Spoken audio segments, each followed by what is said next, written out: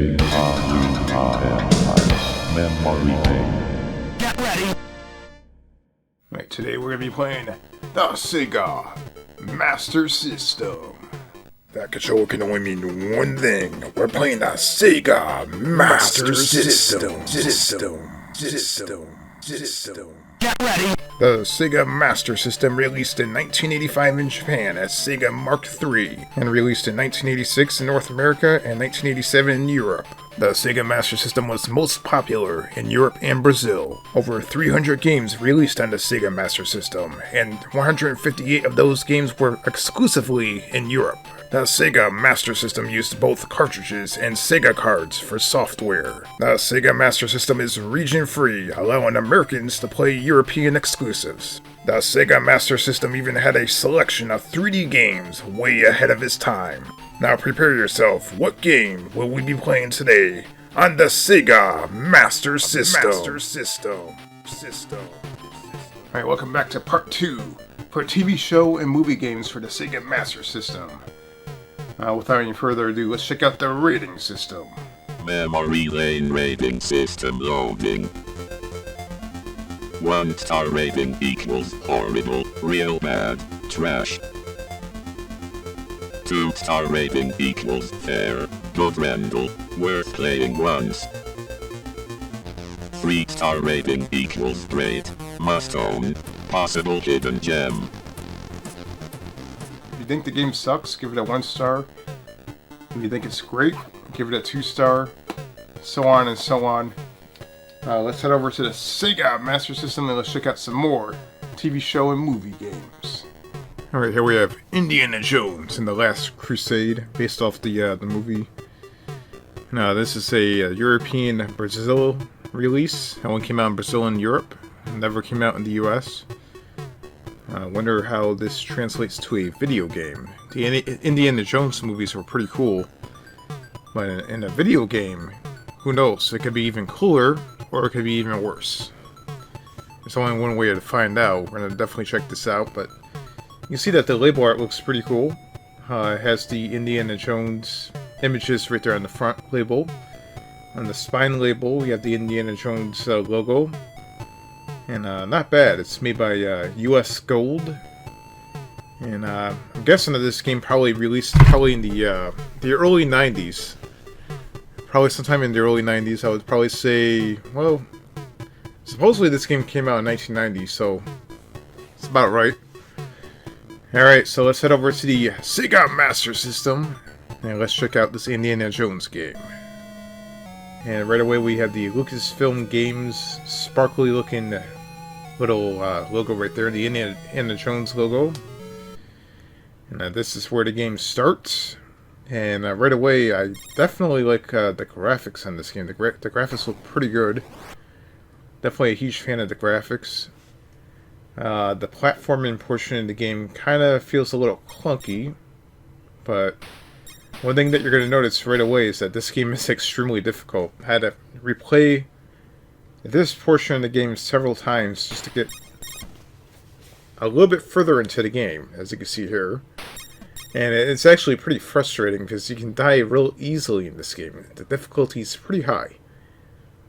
So you can see here I got shot twice already. So here I am, learning from my mistake, walk around that guy, and let's see what we have here. Another guy. This right here is what you can expect if you get further into the game, if you can make it past the first level. You got a lot of obstacles you have to pass by, try not to get killed. Your typical Indiana Jones stuff right here. This is actually the computer playing this. If you're lucky enough to get past the first level, you can probably make it to where this is. I'm going to give the game a 2 star. This would have been an okay rental back in the day. The game is pretty difficult. It's definitely not that good, but it's not terrible, but it's okay. 2 stars it is. What do you guys think? Alright, here we have Home Alone on the Sega Master System. We have Macaulay Culkin right there on the front cover. Holy cow, that's what it says right there in the comic bubble. You have the Home Alone logo right there on the very bottom of the box art with the Sega Master System logo on the top. The spine label has the Home Alone logo as well. I'm not too crazy about the spine label, but it definitely is not generic. It has the actual logo on it. Looks pretty cool. And yeah, classic movie, pretty cool. How the heck does this translate to a video game, though? I mean, we're gonna have to go check this out. But before we do that, I mean, do you guys remember watching the Home Alone movies? I mean, definitely classic movies, pretty cool. Not exactly my favorite movies, but they are definitely some classic holiday movies to watch. So let's head over to the Sega Master System and let's play some Home Alone. See how good this is. Alright, here we have Home Alone, the title screen right here.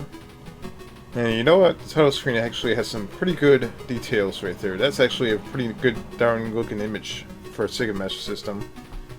And check this out. Macaulay Culkin with the shotgun.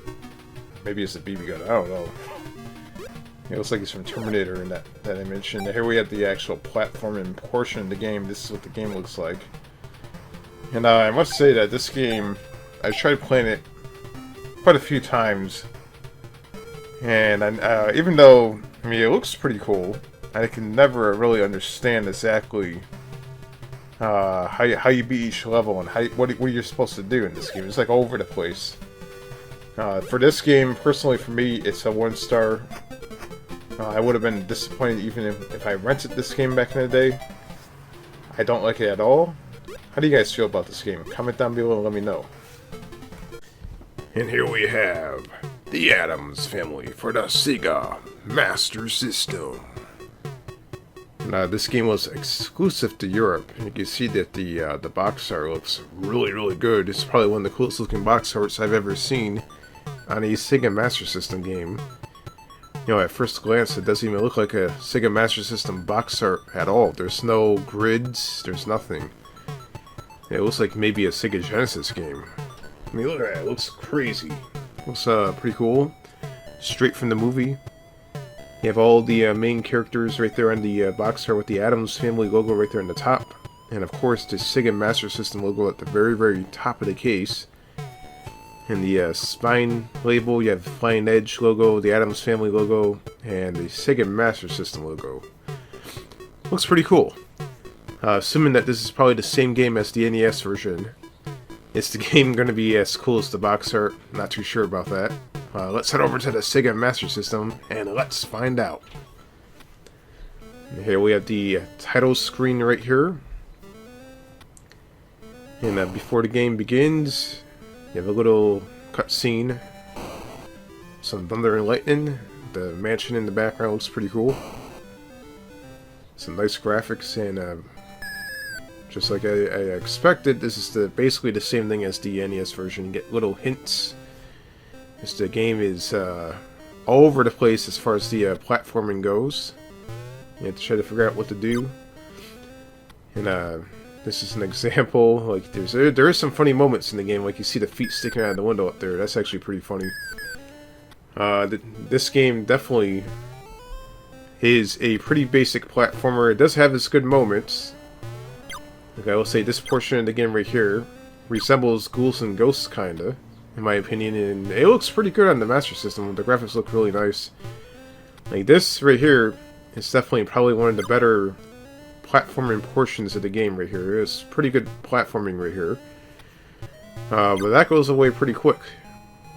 You can see right here, the platforming becomes a little bit more drastic, a little bit more harder, to say the least. And there is portions of the games like this right here, if you walk through this door, where you deliberately get sent to your death, which is pretty funny, but not good at the same time.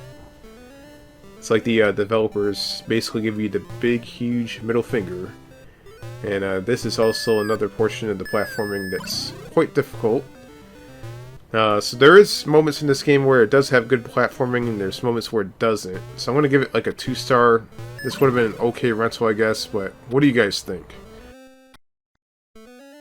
Alright, here we are playing James Bond 007 The Duel on the Sega Master System. And no, we're not playing GoldenEye on the N64. but we're playing 007 The Duel on the Sega Master System. I wonder if it's just as good. We're gonna have to check this out. This game only released over in Europe and Brazil. Never came out in North America. That seems to be the case for half the Sega Master System library. So I wonder if this game's gonna be any good or not. I mean, is it gonna be awesome, or is it gonna be bad? I want you guys to rate it down below. But before we do that, we have to check the game out. This is one of those games that I actually don't have in my library.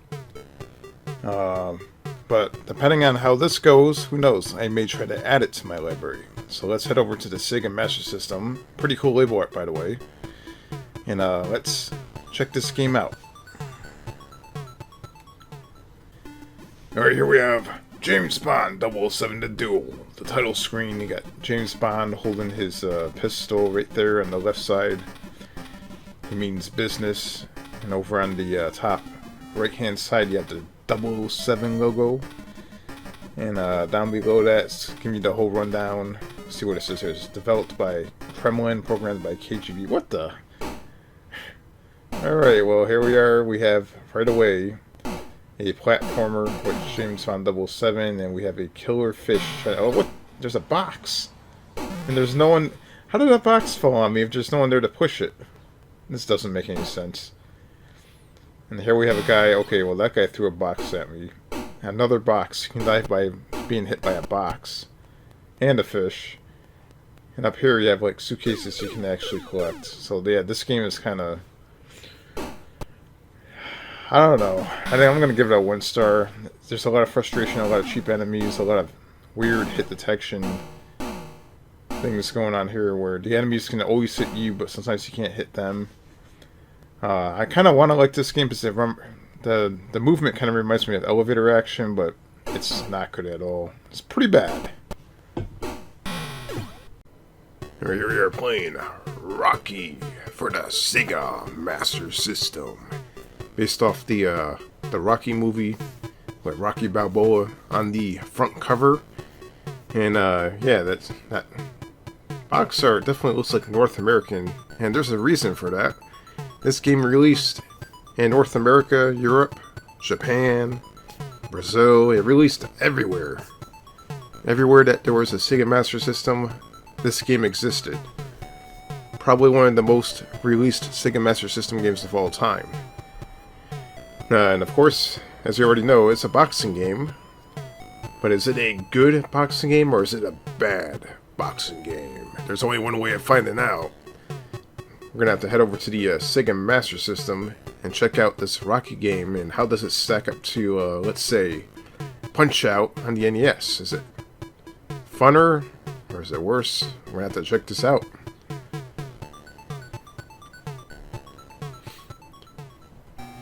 Alright, here we have the intro to Rocky, and yes, the Sega Master System actually has an intro for this game, and it looks pretty cool. And here we have the title screen with Rocky Balboa, highly detailed.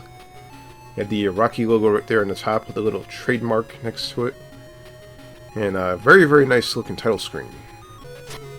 And before you begin beating the crap out of somebody, you have to train. So you have to, build up your stamina and your muscles. You have to get ready to knock someone out. Yeah. And here we have the actual boxing match right here. And first up we have Apollo. You have to beat up Apollo, try to knock him out. And I must say that the audio and the graphics and everything, it looks pretty good. There's a little interval, take a break right here and try to rest and move on to the next round, and that's how a knockout looks. And I must say the knockouts look pretty good in this game. They're actually surprisingly quite well. I always got a kick out of the loser and winner graphics right here. This is pretty funny. And here's another training session. Now, while this game does have nice graphics and good gameplay, the difficulty is very, very unforgiving, and it's not for everybody. Therefore, I'm going to give this game a 2 star. What do you guys think down below? Let me know.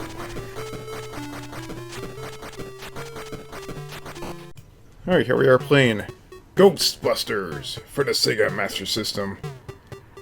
And this game right here, this is actually a combo US and European box art and spine label. So I guess Europe actually ended up with the US box art and spine label. The spine label looks okay. You have the Ghostbusters logo, but there's very, very little detail on the actual box art. You have the Ghostbusters logo, and you have like a, I believe that's Slimer right there. The Ghostbusters secondary logo right there on the bottom. There's nothing else really to see on this box art except for that. And you have your pretty much generic checkered square looking grid design on the Sega Master System box art. If this was released exclusively in Europe, it probably would have looked a lot better. So let's head over and let's play some Ghostbusters on the Sega Master System. And here we have the title screen right here, and we have, it's Ghostbusters karaoke. Look at this. You actually sing the Ghostbusters song on the Sega Master System. Sounds great. And before you start, you have to enter your name in. And then you have to pick your vehicle, and you have to do all the upgrades on your vehicle. There's a ton of different upgrades that cost various different money. I wonder if there's an upgrade that saves on gas. These gas prices are ridiculously high. And here we have the top-down view right here, similar to what you would see on the NES version or the Atari version of the game. Except it's a lot more detailed. The Master System version looks pretty good. And much like the NES and the Atari version, you have a driving portion of the game where you have to drive.